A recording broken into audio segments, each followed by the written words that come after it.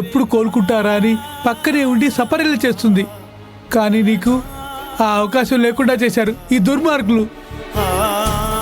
ఆ మా ఊళ్ళమ్మ తల్లి నాకు ఏదో ఒక దారి చూపిస్తుందని ఎదురు చూస్తున్నాను. కానీ అమ్మ కూడా నన్ను కరుణించడం లేదు. తారక్ సార్ని కలుసుకునే అవకాశం నాకు కలిగించడం లేదు.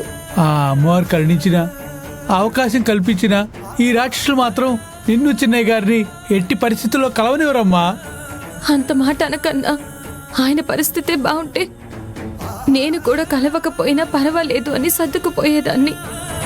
కానీ ఆయన ఇప్పుడు మరొకరి సాయం తీసుకునే పరిస్థితుల్లో ఉన్నారు. ఒకరు ఆయనకి ఎల్లప్పుడూ తోడుగా ఉండాల్సిన పరిస్థితిలో ఉన్నారు. ఇలాంటి పరిస్థితుల్లో ఆయనకి దూరంగా ఉండడం నా వల్ల కావడం లేదు. తారక్ సార్ని ఎలాగైనా చూడాలి.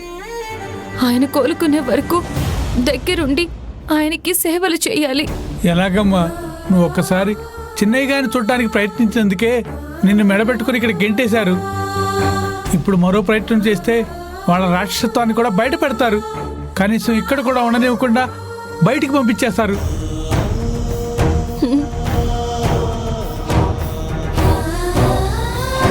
అమ్మా మా ఊళ్ళమ్మ తల్లి, నన్ను ఎందుకు ఇలా పరీక్షిస్తున్నావు?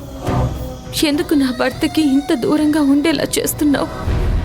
నా భర్తని ఇలాంటి పరిస్థితుల్లో వదిలేసి నేను ప్రశాంతంగా ఉండగలనా? దయచేసి నా మొర విని తల్లి. ఆయన్ని కలుసుకునే అవకాశం నాకు ఇవ్వకపోయినా కనీసం నేను ఇక్కడే ఉన్నానన్న సంగతి తారక్ సార్కి తెలిసేలా చేయి తల్లి. ఏదో ఒక దారి చూపించు తల్లి.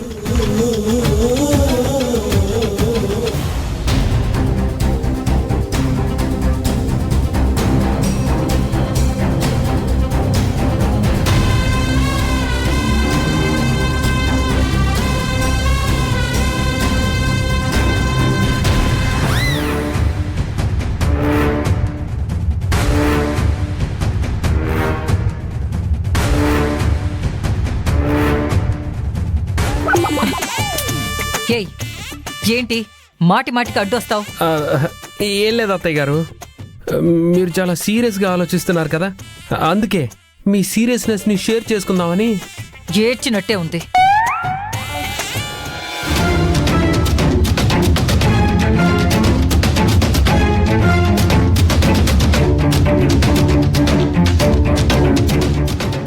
దేని గురించి ఆలోచిస్తున్నావమ్మా? కంట్లో నలుసు, కాలిలో ముళ్ళు మనల్ని ప్రశాంతంగా ఉండనివ్వవే.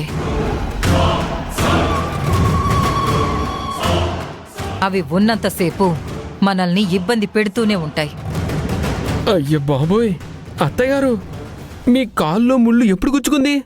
ఏది చూడనివ్వండి. ఏయ్, మీ ఆయన తలకాయలో చిప్పు కాస్త చితికిపోయినట్టుంది.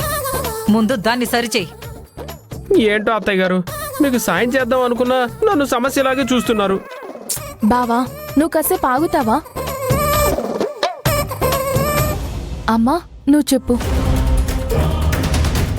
ఆ నీలవేణి ఇంటి ఛాయల్లో ఉన్నంతసేపు నా గుండెల్లో చిచ్చు రగులుతూనే ఉంటుంది. దాన్ని వీలైనంత త్వరగా ఇక్కడి నుంచి తరిమేయాలి. తరిమేయాలి అని మనం అనుకుంటున్నాం, కానీ అది ఇంటి కోడలనే గర్వం దాన్ని ఎత్తికెక్కింది. తారక్ భార్యననే మదంతో అది మాట్లాడుతుంది. ఇలాంటి సమయంలో దాన్ని ఎంత తరిమినా వెళ్ళలా లేదమ్మా. అలా అని చూస్తూ ఊరుకుంటామా? దాన్ని చూస్తూ ఉంటే నాకు కూడా చిరాకుతో ఒళ్ళంతా చిటపటలాడిపోతుంది. ఏం నిమిషా, ఒంటికేమైనా దురతగుండాకు రాసుకున్నావా? చిరాగ్గా ఉండడానికి, చిటపటలాడడానికి? బావా, ఇలాంటి కుళ్ళిపోయిన జోకులు వేయొద్దని నీకెన్నిసార్లు చెప్పాను? కాసేపు సైలెంట్గా ఉండు. అమ్మా, ఓ పని చేస్తే. ఏంటది? దీన్ని వెళ్ళిపోమంటే ఎలాగో వెళ్ళిపోదు. అందుకే ఓ 4 మనుషుల్ని పెట్టి ఆ నీలవేణిని ఎత్తుకుపోమందాం. ఏమంటావ్? అలా ఎత్తుకుపోవడం వల్ల, మెత్తగా పంపించడం వల్ల ఎలాంటి లాభం ఉండదే. అంటే మరేం చేద్దామంటావ్? ఆ నీలవేణి ఎప్పటికీ ఎవ్వరికీ దొరకకుండా గల్లంతైపోవాలి. అది మళ్ళీ ఈ ఇంటికి తిరిగొచ్చే దారి దానికి దొరకకూడదు. దాని మీద మళ్ళీ తారకి ఎలాంటి ఆలోచన ఉండకూడదు. అలా గల్లంతు చేసి పడేయాలి. భలే దానివే అమ్మా. అప్పుడు కూడా నీలవేణి వెళ్ళిపోయిందని, నీలవేణి గల్లంతైపోయిందని మనమేం చెప్పినా అన్నయ్య నమ్మడు.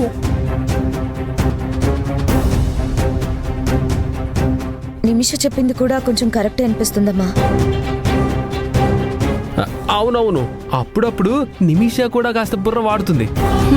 నేను కాస్తైనా వాడతాను, నీ బుర్ర అస్సలు వాడవు కదా. ఓహో, నీకు తెలిసిపోయిందా? బా, మీరు కాసేపు నోరు మూసుకుంటారా?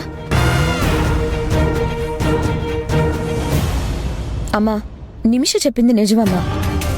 కిడ్నాప్ చేయించడం వల్ల కూడా పెద్ద ప్రయోజనం ఉండకపోవచ్చు. అప్పుడు కూడా మనమే ఏదో చేశామని తారక్ అనుకుంటాడు. అయితే మరేం చేద్దామంటావు? నీలవేణి ఇల్లొదిలి వెళ్ళిపోయిందని అన్నయ్యకి చెప్పాలి. అదే కదా మనం చెప్పేసి వచ్చాం. మనం చెప్తే అన్నయ్య నమ్మడు, కానీ ఎవరు చెప్తే అన్నయ్య నమ్ముతాడో అలాంటి వ్యక్తి చేత మనం చెప్పించాలి. నిమిష చెప్పింది బానే ఉందమ్మా. ఒక నమ్మకమైన వ్యక్తి చేత నీలవేణి వెళ్ళిపోయిందని చెప్పిస్తే అప్పుడు తారక్ నమ్ముతాడు. ఇలాంటి పరిస్థితుల్లో కూడా నీలవేణి వదిలేసి వెళ్ళిపోయిందని నీలవేణి మీద అసహ్యం పెంచుకుంటాడు. నా మాట ఏమైనా నమ్ముతాడేమో. మళ్ళీ ఒకసారి వెళ్ళి చెప్పనా? నువ్వు వెళ్ళి చెప్తే నమ్మడం కాదు, మళ్ళీ కొత్త అనుమానాలు వస్తాయి.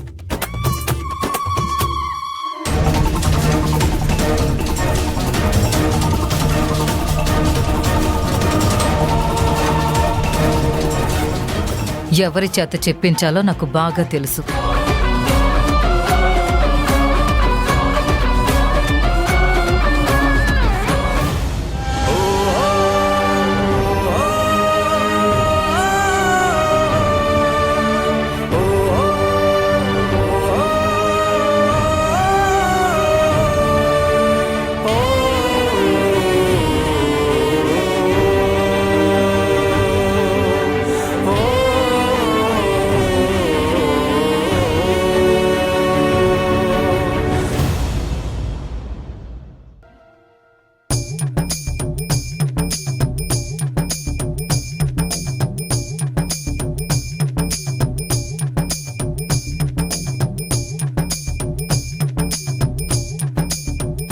₹10 లక్షలు.